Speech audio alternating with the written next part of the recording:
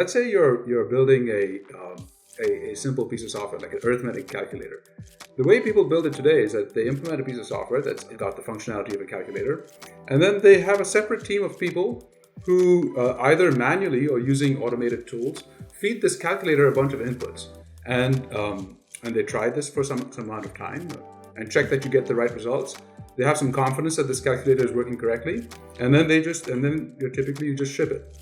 But if you really want assurance that this calculator is going to answer correctly on all possible inputs, this is not a way to get that level of assurance, because the space of potential inputs to this calculator is astronomically large. And if you're trying to build a piece of software for a domain where getting things right is really important, for instance, like if there's human lives at stake, or if the financial cost of an error is really, really large, you may want a degree of certainty that is greater than what can be given to you by testing. And in this kind of domain, what we advocate is to approach the problem of developing software similarly to how you would approach the problem of proving theorems in mathematics.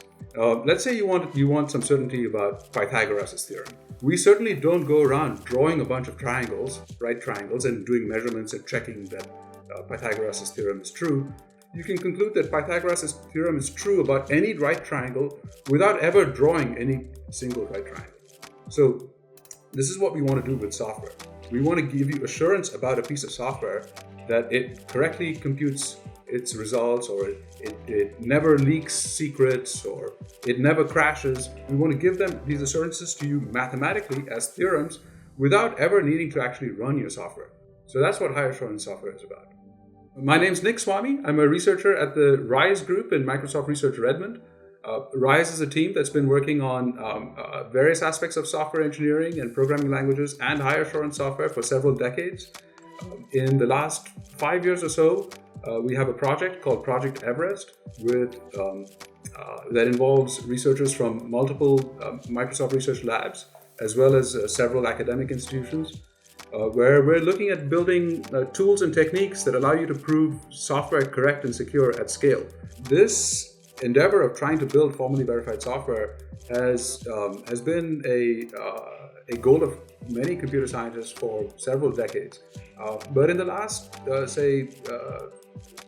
10 to 15 years, the community has made a lot of progress in building tools that scale to doing proofs about non-trivial pieces of software. So for instance, as part of Project Everest, every day, multiple times a day, every time we push to our repository, we are doing formal proofs about a code base that is currently greater than about 600,000 lines of code. This is a scale at which maybe even just 5-10 years ago, this was unthinkable that you could get software verification to scale to this extent. What I'm showing you here is a demo in a programming language called F-star. So F-star is this programming language that it's the main programming language of Project Everest. It's a language that me and others have been developing for the last almost a decade at this point, and it's a programming language that allows you to write programs and proofs together, proofs about the programs that you're writing, intertwined with the programs themselves. So here's a demo where it's going to show you how you can use F-star to write a program to copy one array of bytes to another. This is my first attempt. I have a function called copy0.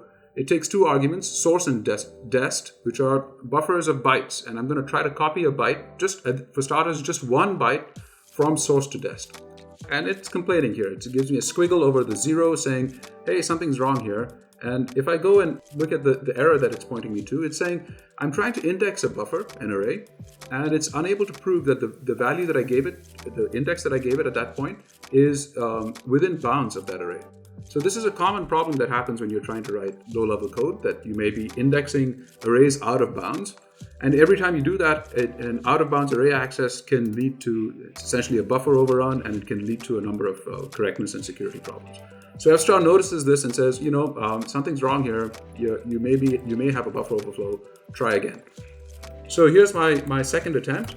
I'm going to protect my access of this buffer with a runtime check to show that 0 is strictly less than the length of the buffer, meaning the buffer has to have at least one element if I'm going to read its 0th element.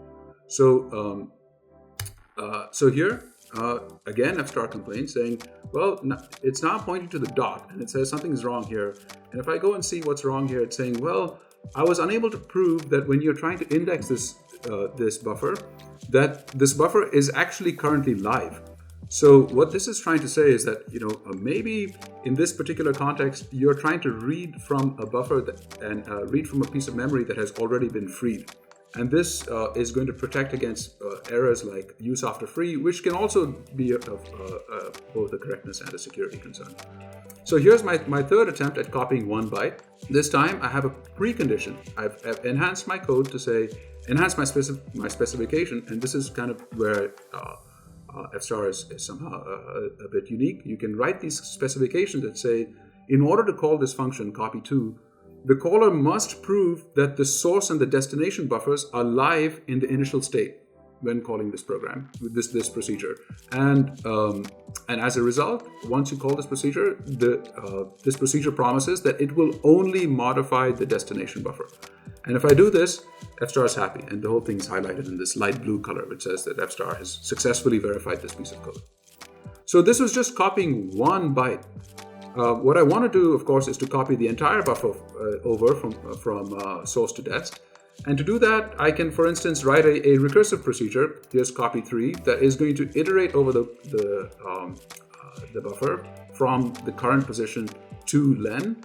And it's going to, at each stage, copy the current byte and then recurse. And I can do this, and F star is happy about this. It says this is also safe to run under this precondition that both the source and the dest buffer are live. But I would like to do more than just prove it's safe. I would actually like to prove that this piece of code is correct. So this is my final attempt at proving this. And here what I've done is to say, well, in addition to proving that the source and dest buffers are live, the caller needs to prove that the source and dest buffer do not overlap. And if I add that as a precondition, then F star can indeed prove that this function ends by modifying only the destination buffer and ensuring that the source and destination buffers are equal all the way from 0 to their length, which is my intention of writing a memcopy. Now that I've written this piece of code in F star and proven it correct, I can ask F star to compile it, and you can ask F star to compile this thing to C, and what you get out of it is, here's copy4 in C. All the specifications that we wrote about it in F star have gone. They don't impose any runtime cost. What I get in C is what you would expect in some sense. You get a straight transcription of the computational content of this procedure. That's just doing a check of the iteration to make sure that the current position is still in bounds. A copy of 1 byte, and then a recursive call to copy the remaining bytes.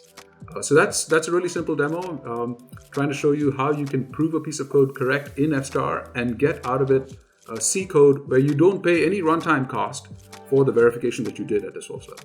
We've used F star at scale to verify a number of large systems, ranging from things like verified cryptography in the Linux kernel to even third-party companies, financial technology companies, using F star to write their core trading and specification algorithms. So as you saw perhaps from my demo of memcopy, doing these kinds of proofs in F star can actually be quite challenging. So one thing we've been doing recently is focusing on specific domains where we can give you automation so that we can do proofs almost entirely automatically without the user having to intervene at all. And one such domain which we think is really important is parsing. So it's often the case that when you're writing a program, the program has to receive some inputs that can be controlled by an adversary. So what's really important in this kind of system is to ensure that when you're receiving untrusted inputs, that you correctly validate and parse those inputs. We have a tool called EverParse that is a tool that allows you to generate formally verified parsers from input formats that are specified declaratively in a syntax that resembles the syntax of C data types, structures, and unions. And let me give you a little bit of a demo of that. So here's a data format, a classic data format, the format of TCP headers. An interesting thing about this format, it has a number of variable length structures in it. And parsing these variable length structures can actually be quite hard. Even for something as classic as TCP headers, for instance, for code that's been in the Linux TCP IP stack for 20 years or more, Memory safety bugs have been found and patched as recently as 2019 in parsing of TCP options. So if making sure that you get parsers for these kinds of variable length formats, making sure that you get it correctly is an important task, and Everparse can help you with that. So the way you can specify this message format in Everparse is by using a language of C structures and unions. So here's a struct for the TCP header in Everparse's input language. And it allows you to, it's an enhancement of C structures where you can parameterize these structures with semantic constraints and parameters that describe the caller's environment. So the caller can say, I expect a TCP segment to fit in a buffer whose length is segment length, and that buffer must contain these structures in it, a source port, a destination port, and so on, which look just like C structure definitions. But what Everparse lets you do is to augment these definitions with semantic constraints. For instance, that the data offset must point to some region of memory that follows the TCP options that are at the end of this structure. And the options themselves are a variable length array whose size is described by some arithmetic expression that's computed from the data offset in scope. So you write a declarative spec like this about your data format, and then you push a button. You ask Everparse to say, compile this tcp.3d file. 3D is the input language of Everparse.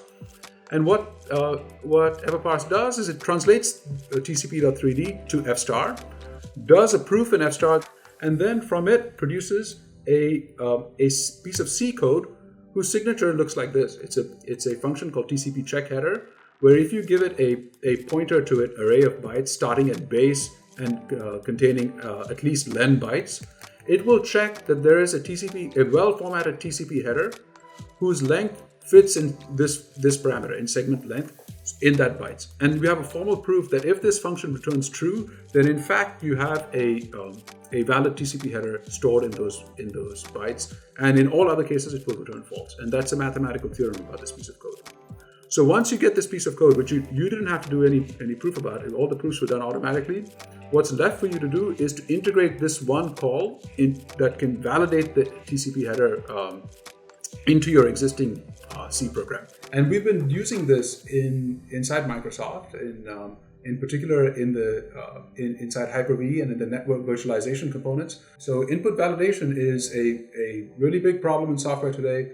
By some counts, it's the third most common software security vulnerability, and it plagues software of all flavors in some sense. We develop our code in the open on GitHub, including Fstar, Everparse, and Evercrypt, a high-assurance crypto library. We have lots of papers about our work in several blog posts, including a recent one about applying Everparse to Hyper-V. Do check it out and get in touch. We'd love to hear from you.